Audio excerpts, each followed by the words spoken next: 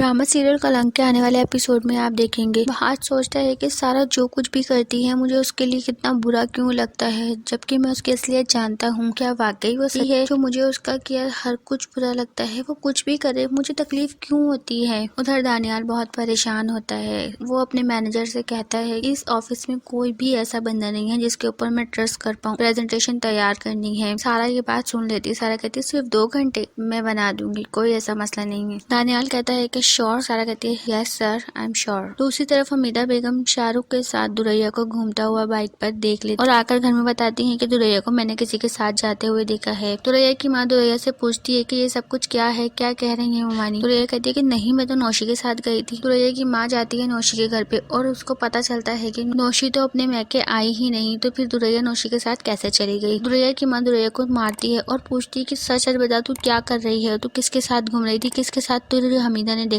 ये सारी बातें वहाज और रुमाना सुन लेते हैं। तो दोस्तों आपको क्या लगता है, क्या वहाज दुरैया को माफ कर देगा? सारा की हकीकत वहाज के सामने आ जाएगी कि सारा सच्ची है? कमेंट्स करके हमें जरूर बताएं।